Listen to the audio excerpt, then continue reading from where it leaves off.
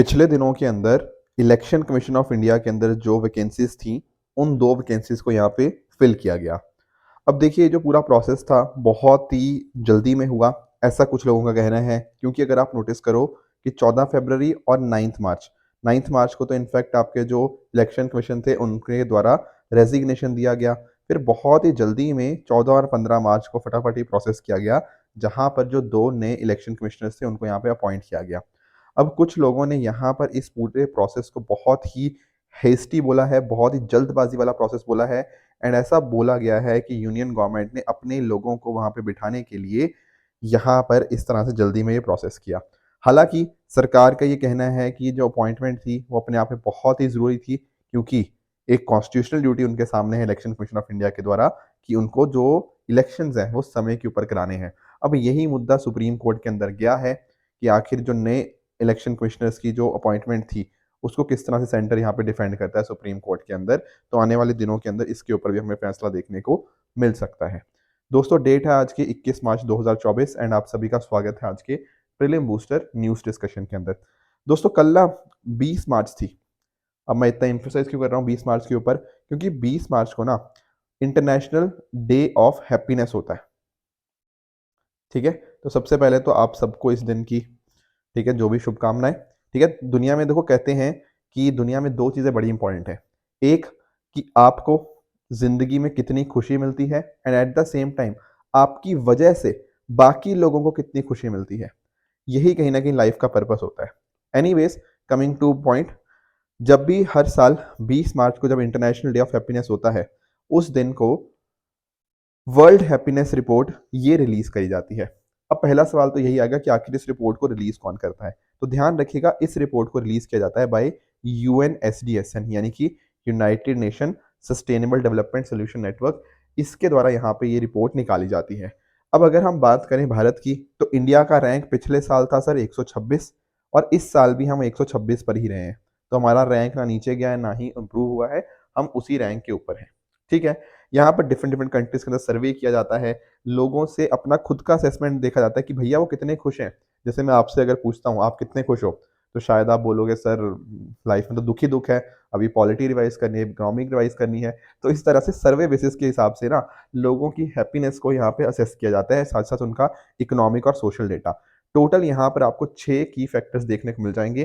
पहला हो गया आपका सोशल सपोर्ट, दूसरा इनकम, तीसरा हेल्थ, चौथा फ्रीडम, पाँचवाँ जेनरॉसिटी एंड छठा करप्शन की एब्सेंस। ये 6 पैरामीटर्स के हिसाब से एक इंडिविजुअल क्या सोचता है इन 6 पैरामीटर्स के ऊपर कि उसकी लाइफ सैटिस्फैक्शन कितनी है, उसके हिसाब से यहाँ पे सर्वे के हिसाब से आपकी अलग-अलग कंट्रीज़ की रैंकिंग यहाँ पे बनाई जाती है इंडिविजुअल के सेल्फ असेसमेंट के हिसाब से। साथ ही साथ ये जो हैप्पीनेस स्कोर होता है, ये पिछले 3 साल का जो होता है उसका एवरेज के हिसाब से यहाँ पे हमें बताता है। चलो ये बात तो होगी कि आखिर वर्ल्ड हैप्पीनेस रिपोर्ट होती क्या है and UN sustainable development solution network हम समझ गए। अब अगर बात करें इस साल की रिपोर्ट की, तो क्या हाइलाइट्स थी? तो देखिए फ़िनलैंड, ये लगातार 7वें साल हैप्पीएस्ट कंट्री रहा, यानी कि रैंक 1 के ऊपर कौन है? Finland for the 7th consecutive year. इसके अलावा अगर मैं बात करूँ नॉर्डिक नेशंस की, तो उनकी ही टॉप रैंकिंग्स हैं। यहाँ पे आपको मैं रैंकिंग्स दिखा देता हूँ पहले। जैसे फ़िनलैंड टॉप पे है, डेनमार्क दूसरे पे, तीसरे पे आइसलैंड, चौथे पे स्वीडन। अब देख रहे हो नॉर्डिक कंट्रीज़ का यहाँ पे आपका दबदबा देखने को मिलेगा। उसके बाद बाकी और कंट्रीज़ को देख सकते हो। अगर एशिया के अंदर बात करें तो यहाँ पर आपका सिंगापुर हो गया, वो टॉप के ऊपर है। बाकी और कंट्रीज़ भी आप यहाँ पे देख पाओगे। ठीक है, अब कुछ इंटरेस्टिंग पैरामीटर्स यहाँ पे इन्होंने बताए हैं, इंटरेस्टिंग चीज़ें, जैसे फॉर एग्ज़ाम्पल अफ़गानिस्तान यहाँ पे लोएस्ट के ऊपर है, टोटल 143 थी, तो इंडिया का रैंक 126 है आउट ऑफ 143। पहली बात तो ये समझ गए आप। अफ़गानिस्तान बॉटम के ऊपर है क्योंकि आप नोटिस करो, जब से तालिबान ने वहाँ पे पावर रीगेन करी है, तो कहीं न कहीं लोगों का वहाँ पे काफ़ी इश्यूज़ फेस कर रहे हैं, ह्यूमैनिटेरियन क्राइसिस आपको फेस करने को मिल रहा है वहाँ पे लोगों का। इसके अलावा अगर हम बात करें तो यूएस और जर्मनी ये टॉप 20 से अब बाहर हो चुके हैं। इनको 23rd एंड 24th पोजीशन आई है। एक इंटरेस्टिंग चीज़ जो यहाँ पे देखने को मिली है ना, कि ज़्यादातर कंट्रीज़ के अंदर पता है क्या देखने को मिला है? जो यंग लोग हैं, वो ज़्यादा खुश हैं एज़ कम्पेयर टू ओल्डर लोग। ये ज़्यादातर कंट्रीज़ की बात कर रहा हूँ, सबकी नहीं बात कर रहा। हालांकि नॉर्थ अमेरिका, ऑस्ट्रेलिया, न्यूजीलैंड में थोड़ा अलग भी चीज़ें हैं, पर ज़्यादातर कंट्रीज़ में ये चीज़ देखने को मिली। अगर मैं बात करता हूँ वेस्टर्न यूरोपियन कंट्रीज़ की, तो भैया वहाँ पे सब लोग खुश हैं, चाहे आपकी एज कम हो, ज़्यादा हो, बीच में हो, कहीं पर भी वहाँ पर सब लोग ही खुश हैं। अगर सर भारतीयों की बात करें, वहाँ पर क्या है, देखो भारतीयों की खुशी ना इस बात पे डिपेंड करती है कि भाई उनकी शादी हुई है या नहीं हुई है, उनके दोस्त रिश्तेदार कितने ज़्यादा हैं, सोशल एंगेजमेंट कैसी है, एंड कहीं ना कहीं उनकी खुद की फिजिकल हेल्थ कैसी है। थोड़ा और मैं इसके बारे में आपको बताता हूँ। जैसे फॉर एग्जाम्पल, अगर हम बात करें जो थोड़े इंडियन मैन होते हैं, थोड़ी उनकी ओल्डर एज वाले जो इंडियन मैन है, उनको ना, अगर जिनकी शादी हो रखी है एंड साथ ही साथ अगर उनकी अच्छी एजुकेशन है, ये दो पैरामीटर्स मेजरली डिसाइड करते हैं कि उनकी कितनी सेटिस्फेक्शन है। यानी कि अगर आपको भी आज से 30-40 साल बाद खुश रहना है ना, तो एक तो भैया आपकी शादी होनी चाहिए, plus at the same time आपकी अच्छी एजुकेशन भी होनी चाहिए। समझ गए इस बात को? ठीक है। दूसरा, अगर हम बात करें कि भाई लोग उदास क्यों है, वो है कहीं ना कहीं अपने लिविंग अरेंजमेंट्स के साथ उदास है, उससे डिससेटिस्फाइड है, उससे साथ साथ उनको डिस्क्रिमिनेट फेस हुआ है उनको कभी ना कभी, एंड कभी ना कभी उनकी जो हेल्थ है, इस सभी वजह से उनकी सेटिस्फेक्शन थोड़ी कम हो जाती है। बात करें देखो महिलाओं की, ओल्डर वुमेन की, ओल्डर इंडियन वुमेन की, तो ऐसा देखा गया है कि वो ज़्यादा खुश हैं मेन के रिस्पेक्ट के अंदर, और ये लॉजिकल भी है, ठीक है ना। और अगर आप थोड़ा और देखो, तो यहाँ पर एक चीज़ देखी गई है कि महिलाओं की जो सोशल सपोर्ट होती है, जो सोशल नेटवर्क होता है, वो ज़्यादा होता है। यानी कि जैसे महिलाएं कई बार आपस में किट्टी पार्टी करती हैं, आपस में मिलती जुलती ज़्यादा है। मैन शायद, स्पेशली ओल्डर मैन की बात कर रहा हूँ, ओल्डर मैन उतना शायद अपने दोस्तों से उतना नहीं मिलते एज कम्पेयर टू वुमेन। जैसे कई बार बातचीत करने के लिए महिलाएं आसपास अपने बैठती हैं, तो उससे कहीं ना कहीं शायद उनकी हायर लाइफ सेटिस्फेक्शन है, ऐसा यहाँ पर ये रिपोर्ट बताती है। तो दोस्तों, ये कुछ पैरामीटर्स थे या जो कुछ हाईलाइट्स थी इस रिपोर्ट की, जो हमने डिस्कस करी। बाकी आप UN sustainable development solution network जो कि इसको रिलीज करता है, ये ध्यान में रखिएगा, ये 2012 के अंदर लॉन्च हुआ था under the auspicious of UN secretary general. इनके द्वारा अलग अलग सिविल सोसाइटी, प्राइवेट सेक्टर, उनके साथ में काम किया जाता है, एंड देखा जाता है कि किस तरह से हम सस्टेनेबल डेवलपमेंट की तरफ काम कर सकते हैं।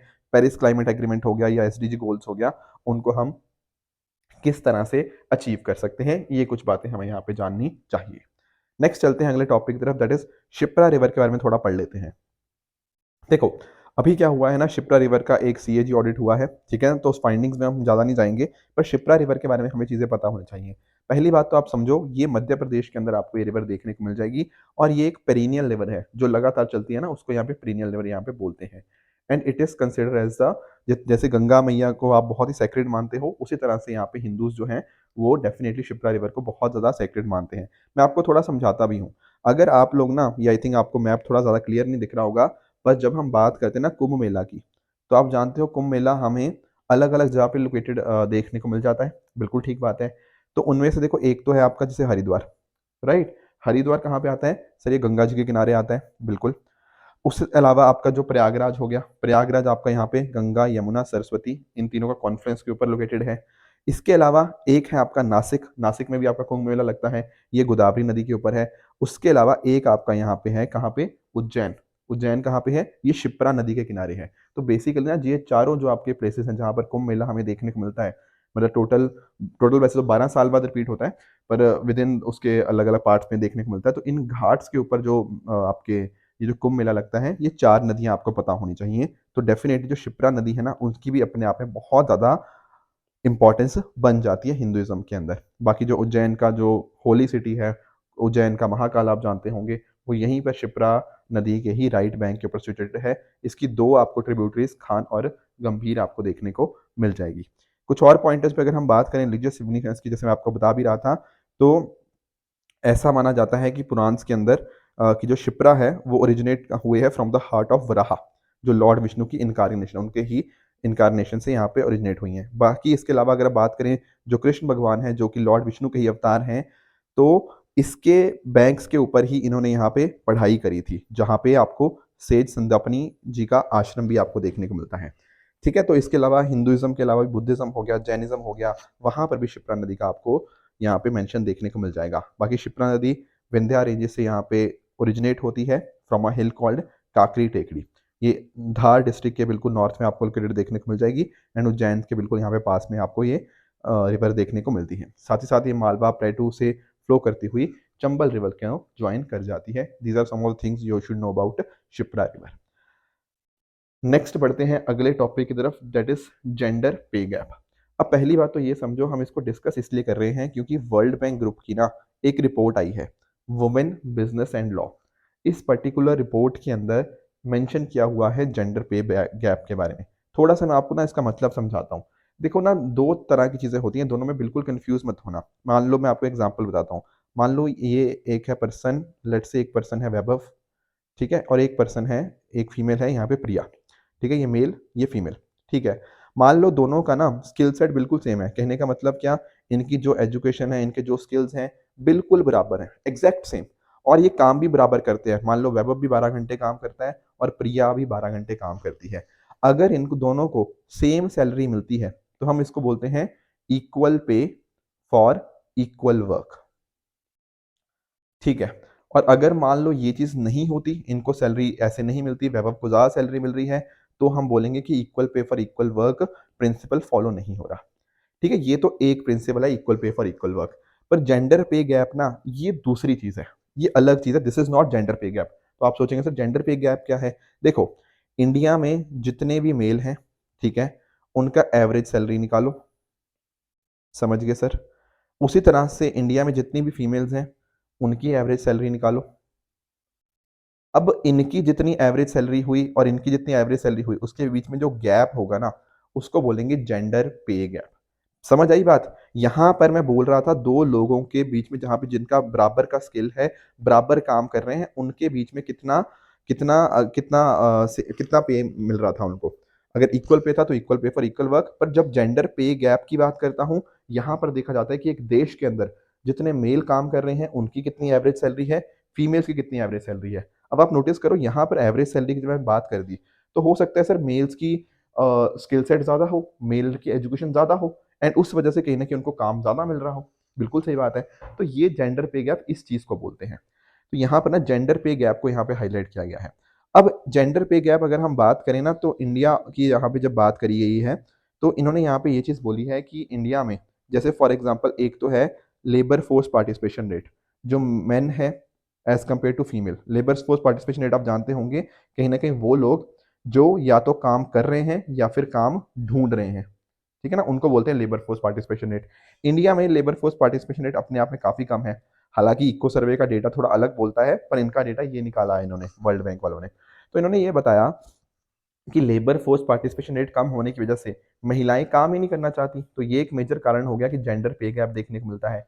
बाकी अगर हम बात करें ऑक्यूपेशन की, तो ऑक्यूपेशंस में भी ऐसा नोटिस करने को मिला है कि सीनियर मैनेजमेंट लेवल्स के ऊपर जो मेल हैं वो ज़्यादा काम कर रहे हैं, फीमेल कम कर रही हैं। अब आप खुद बताओ, अगर सीनियर मैनेजमेंट के ऊपर मेल ज़्यादा काम कर रहे हैं, तो कहीं ना कहीं उनकी सैलरी ऑब्वियसली ज़्यादा होगी, राइट। एंड इसके अलावा जो महिलाओं का अंडर रिप्रेजेंटेशन हमें देखने को मिलता है, काफ़ी सारे जेंडर स्टीरियोटाइप्स हमें देखने को मिल जाते हैं, पिंक कॉलराइजेशन ऑफ जॉब्स देखने को मिलता है। तो ये सारे कारणों की वजह से क्या होता है ना, इंडिया के अंदर हमें जेंडर पे गैप देखने को मिलता है। और वर्ल्ड की भी इन्होंने बात करी है। वर्ल्ड का अगर हम बात करें, तो वुमेन को सिर्फ 77 सेंट्स मिलते हैं, मेल्स को अगर $1 पे किया जाता है, तो कहीं ना कहीं यहाँ पे जेंडर पे डिस्पैरिटी है। मैंने आपको फर्क समझा दिया है equal pay for equal work का भी, तो ध्यान रखना, equal pay for equal work is different from gender pay gap. मैंने दोनों का आपको मतलब समझा दिया है।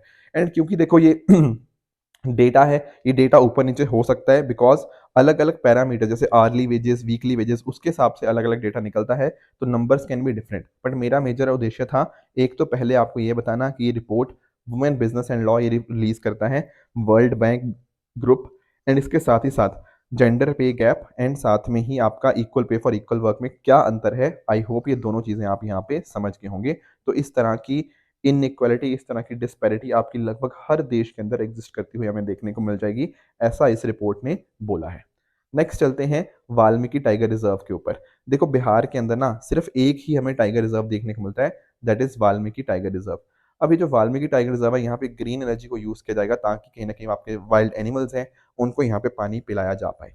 देखो पहले तो इसकी ना थोड़ी लोकेशन की चर्चा कर लेते हैं। ये रहा आपका वाल्मीकि टाइगर रिजर्व। पहली बात तो ये समझो, ये आपका बिहार इंडिया के अंदर रहा, ठीक है ना। बिहार को अगर आप थोड़ा जूम इन करोगे, तो ये आपका वाल्मीकि टाइगर रिजर्व आपको देखने को मिल जाएगा। अब इंपॉर्टेंट बात देखो, यहाँ पर ऊपर कौन है सर? ऊपर है नेपाल। तो एक्चुअल में यहाँ पर वाल्मीकि टाइगर रिजर्व के बिल्कुल नॉर्थ वाली साइड कौन देखने को मिलता है? आपको नेपाल बॉर्डर करता है, ठीक है। तो it Nepal borders to its north and Uttar Pradesh to its west. ये आपको गंगेटिक प्लेन्स बायोजियोग्राफिक जोन के अंदर लोकेटेड देखने को मिल जाएगा। बाकी it form the eastern most limit of Himalayan thrive forest in India. ये कुछ पॉइंटर्स थे जो कि आपको जानने चाहिए। बाकी चंपारण डिस्ट्रिक्ट के अंदर आपको देखने को मिल जाएगा। इंपॉर्टेंट बात यहाँ पे आपको ये भी ध्यान रखनी है कि जो गंडक रिवर है ये यहाँ पर इसके थ्रू फ्लो करती है। बाकी कुछ और भी छोटी नदियां हैं but Gandak happens to be the most important river जो कि यहाँ इस रिजर्व से फ्लो करती है। बाकी इस पर्टिकुलर रिजर्व के अंदर आपको tigers, leopards, Indian wild dogs मिल जाएंगे। ठीक है, लेपर्ड कैट, फिशिंग कैट, ये सारे देखने को मिल जाते हैं। बाकी इस पर्टिकुलर टाइगर रिजर्व के अंदर आपका वाल्मीकि नेशनल पार्क और वाल्मीकि वाइल्ड लाइफ सेंचुरी भी यहीं लोकेटेड है। एंड कहीं ना कहीं यहाँ पे नेपाल का जो रॉयल चितवन नेशनल पार्क है तो उसके द्वारा भी ये सराउंडेड है नॉर्थ के अंदर। इसके अंदर बहुत सारी अलग अलग तरह की वेजिटेशन, जैसे आपका मॉइस्ट डेसिडियस वेजिटेशन हो गया आपके, और इसके अलावा जो साल ट्रीज हो गया, रोहनी हो गया, सिहोर हो गया, ये कुछ इंपॉर्टेंट वेजिटेशन यहाँ पे आपको देखने को मिल जाती है। बाकी लोकेशन मैंने आपको समझा दी। यहाँ पर देखो टाइगर्स की भी काउंटिंग हुई थी तो टाइगर की इमेजेस को कैप्चर किया गया अलग अलग तरीके से। बाकी इसके अलावा अगर आप नोटिस करो, गौर हो गया, इंडियन वोल्फ हो गया, ढोल्स जो वाइल्ड डॉग्स होते हैं, एशियन एलिफेंट्स होते हैं, राइनोस होते हैं, ठीक है ना। इसके रिगार्डिंग इनको री इंट्रोड्यूस करने की यहाँ पे बात करी गई है। तो these are something that you should know about the Valmiki tiger reserve. एक यूपीएससी का क्वेश्चन ट्राई करेंगे, आप लोग मुझे इसका कमेंट्स में आंसर बताना कि आपके हिसाब से इसका आंसर क्या होगा। यूपीएससी ने 2020 में पूछा था कि largest area under critical tiger habitat किसका है। ठीक है, तो ट्राई करिएगा और मुझे बताइएगा। एक छोटा सा टॉपिक और डिस्कस कर लेते हैं, that is liver fluke among dogs. देखो पहले तो मैं थोड़ा आपको लोकेशन के अंदर लेके चलता हूँ। एक ना आपको हम बात कर रहे हैं कि हाँ यहाँ पे हम बात करें यूएसए की, हम नॉर्थ अमेरिकन कॉन्टिनेंट की बात कर रहे हैं। आप लोगों ने ना कोलोराडो रिवर के बारे में ज़रूर सुना होगा अपनी ज्योग्राफी के क्लासेस के अंदर। कोलोराडो रिवर दरअसल में आपको यूएसए के अंदर देखने को मिल जाएगी। ठीक है, यहाँ पर आप पैसिफिक ओशन भी यहाँ पे आप देख सकते हो। तो दरअसल में अभी क्या हुआ है ना, यहाँ पर ये कौन सा रीजन है आपका, सदर्न कैलिफोर्निया की मैं बात कर रहा हूँ। सदर्न कैलिफोर्निया के अंदर एक ना फ्लैट वॉर्म पैरासाइट हमें देखने को मिला है जिसकी वजह से डॉग्स की डेथ देखने को मिली। ठीक है, क्या है सर, एक तरह का पैरासाइट। अब आप लोग सोचोगे सर रिवर के अंदर बात कर रहे हो फिर डॉग की डेथ की बात कर रहे हो, ऐसा कैसे है। देखो कुछ लोग ना साउथ मतलब नॉर्थ अमेरिका के अंदर या यूएसए के अंदर क्या होता है, कुछ लोग अपने डॉग्स को ना रिवर्स के अंदर थोड़ा उनको नहलाने की कोशिश करते हैं या फिर थोड़ा अपने साथ ही साथ जब वो खुद स्विम करते हैं तो स्विमिंग के साथ अपने डॉग्स को भी ले जाते हैं। तो जब ये डॉग्स आपके इस रिवर के अंदर जाते हैं तो रिवर्स के अंदर कुछ आपके इन्फेक्टेड स्नेल्स पाए जाते हैं जो कि इसका होस्ट होते हैं। किस चीज़ का होस्ट होते हैं, ये जो मैं आपको बात कर रहा था लिवर फ्लूक पैरासाइट का। ठीक है ना, तो यहाँ पे इसका नाम आप देख पाओगे, डॉग किलिंग प्लेटफॉर्म पैरासाइट, जिसको हेट्रो बिल्जारिया अमेरिकाना, ये यहाँ पे हमें देखने को मिलता है। और क्योंकि स्नेल्स इससे इन्फेक्टेड होती हैं तो कहीं ना कहीं जब डॉग इसके अंदर एंटर करते हैं इस पानी के अंदर, तब कहीं ना कहीं इस वजह से इनकी यहाँ पे डेथ देखने को मिल जाती है। तो इससे इनको क्या हो जाता है सर, इससे इनको इन्फेक्शन हो जाता है इन डॉग्स को, एंड इन्फेक्शन की वजह से कहीं ना कहीं उनकी डेथ देखने को मिल जाती है। तो यहाँ पर बहुत ज़्यादा ये कंसर्निंग चीज़ हमें यूएस के अंदर देखने को मिली है। इन स्नेल्स की वजह से ये स्प्रेड होता रहता है। रिसर्चर्स ने जब इसके अंदर देखा तो उनको पाया गया कि हाँ यार स्नेल्स थी पहली बात तो वहाँ पे, एंड स्नेल्स के अंदर फिर ये जो हेट्रो बिल्जेरिया अमेरिकाना ये देखने को मिला। तो ये सिर्फ ऐसा नहीं है कि सिर्फ डॉग्स को ही इन्फेक्ट करता है, डॉग्स के अलावा भी आपके जैसे माउंटेन लॉयंस हो गया, ऑप्सम्स हो गया, इस तरह के अलग अलग और को भी यहाँ पे इन्फेक्ट कर सकते हैं। इवन अगर हम बात करें ना ह्यूमंस को भी, ह्यूमंस के अंदर भी इचिंग वगैरह यहाँ पे इससे कॉज हो सकती है अगर ये ह्यूमन स्किन को आपके पेनिट्रेट कर जाता है। बाकी अगर आपके डॉग के अंदर लिथार्जी, एपिटाइट, भूख का कम होना, वेट लॉस होना, ये सारे कुछ सिम्टम्स होते हैं डॉग्स के अंदर लिवर फ्लूक्स के। दो वेराइटीज ऑफ सेल्स है जो इसको कॉज करती है, दैट इज आपका इस पैरासाइट को जो ट्रांसमिट करती हैं, गालबा क्यूमनेसिस एंड गालबा ह्यूमिलिसिस। ठीक है ना, तो ये कुछ पॉइंटर्स थे जो आपको यहाँ पे पता होने चाहिए।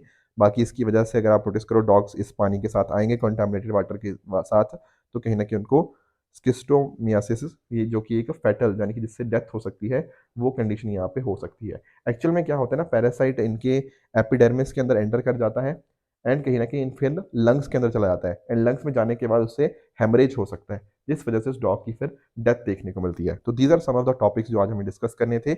इन्हीं डिस्कशन के बेसिस के ऊपर मैं कुछ आपको होमवर्क दे रहा हूँ जिनका आंसर मुझे आप ट्रू और फॉल्स के अंदर नीचे कमेंट्स में बताओगे कि आपके हिसाब से इनमें से कौन सा ठीक है एंड कौन सा गलत है। कल जो होमवर्क दिया था उसका आंसर मैं आपको बता देता हूँ। आईपीसीसी की अगर हम बात करते हैं ना, तो देखो यहाँ पे डब्ल्यूएमओ और यूनेप, इन दोनों ने मिलकर इसको स्टैब्लिश किया था। तो पहला आपका इनकरेक्ट हो जाएगा क्योंकि यहाँ पे आईयूसीएन लिखा है, आईयूसीएन नहीं, ये डब्ल्यूएमओ और यूनेप था। दूसरे की बात करें एक्साइज टाइगर ट्रायम्फ की, तो इंडिया और फ्रांस नहीं, ये इंडिया और यूएसए है, तो सेकंड भी आपका इनकरेक्ट हो जाएगा। नवरोज़ की बात करें, डेफिनेटली इसमें अलग-अलग तरह के रिचुअल्स होते हैं, तो ये स्टेटमेंट आपकी करेक्ट है। उद्गम पोर्टल की बात करें तो सेबी के द्वारा नहीं, ये आपका reserve bank of India RBI के द्वारा यहाँ पे लॉन्च किया गया है। सखी ऐप की बात करें तो बिल्कुल हमारे जो गगनयान के फ्लाइट मिशन के इंडिया एस्ट्रोनॉट्स हैं, उनको यहाँ पे मदद करेगा। ठीक है?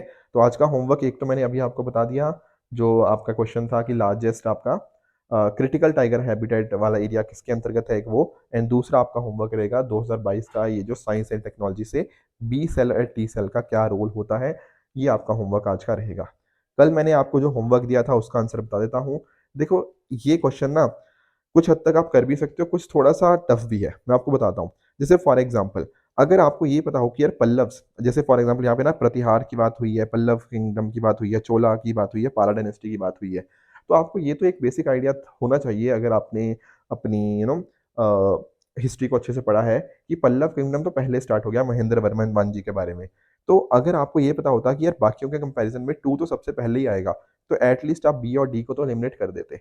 फिर शायद यहाँ पे आपके लिए मुश्किल हो सकती है कि पाल डायनेस्टी और प्रतिहार जो आपके किंग भोज थे, उनके बीच में पहले कौन आया? ये क कन्फ्यूज़न थोड़ी हो सकती है। बट फिर भी मैं आपको बताता हूँ कि जो आपके पल्लव रूलर थे, ये आपके अराउंड 660 में आस-पास आए, 650 के आस-पास। इसके अलावा अगर मैं बात करूँ किंग भोज की, तो इन्होंने यहाँ पे अराउंड 836 के अराउंड यहाँ पे इन्होंने राइज़ स्टार्ट हुआ। एंड अगर मैं बात करूँ आपके जो चोला किंगडम की, तो यहाँ पे 907 के आस-पास माना जाता है। पाला डायनेस्टी की अगर मैं बात करूँ, यहाँ पे आपका 750 सीई की बात करी जाती है। तो दरअसल में करेक्ट ऑर्डर बनेगा ऑप्शन सी 2413। देखो, ये जो मैंने नंबर्स आपको बताए ना, ये हो सकता है आपकी बुक्स के अंदर 5-10 साल ऊपर-नीचे हों, क्योंकि थोड़ा बहुत इतना यहाँ पे आपके मेडिवल हिस्ट्री या एंशिएंट हिस्ट्री के अंदर ऐसे थोड़े बहुत नंबर्स अप्रॉक्सिमेट ही होते हैं, कोई एग्ज़ैक्ट ईयर नहीं होता यहाँ पे। ठीक है? तो ये मत कहना कि सर आपने यहाँ पे 836 लिख दिया, मेरी बुक के अंदर 840 है। कोई बात नहीं, वो एक ही बात हो रही है। ठीक है ना? तो 5-10 साल का ऊपर-नीचे यहाँ पे होता है। ठीक है? आपको बस एक बेसिक आइडिया होता, तो एट लीस्ट आपको ये तो पता होता कि सेकंड तो पक्का ही पक्का है। फिर 1 और 4 के बीच में थोड़ी बहुत कन्फ्यूज़न हो सकती है, बट अगर आपने डीप में पढ़ा होगा, तो आप उसको भी आंसर कर पाओगे। दूसरा मैंने जो होमवर्क दिया था हिमालयाज़ के रिगार्डिंग, तो देखो हिमालयाज़ के बारे में आप जानते होंगे। हिमालयाज़ क्या है? सर यंग फ़ोल्ड माउंटेन्स हैं, और यंग फ़ोल्ड माउंटेन्स होने की वजह से ये सारे के सारे आपको चीज़ें यहाँ पे देखने को मिल जाती हैं। स्टीप ग्रेडिएंट्स भी होते हैं, पैरेलल माउंटेन रेंजेस भी हैं यहाँ पे अंदर। ठीक है? टेक्टोनिक रीजन होता है इन पर्टिकुलर माउंटेन्स का, एंड यू टर्न होता है रिवर कोर्सेज़ का, एंड डीप गॉर्जेस भी। चारों के चारों करेक्ट है। Option D is the correct answer. दोस्तों, अगर आपको इसकी पीडीएफ चाहिए तो आप मेरे Telegram channel PW only association में जाके इसकी पीडीएफ डाउनलोड कर सकते हो, एंड अपनी प्रिपरेशन को और भी बेहतर बना सकते हो। सो इसी तरह से आप भी अपने एंड पे हार्ड वर्क करते रहिए। Thank you very much for the discussion.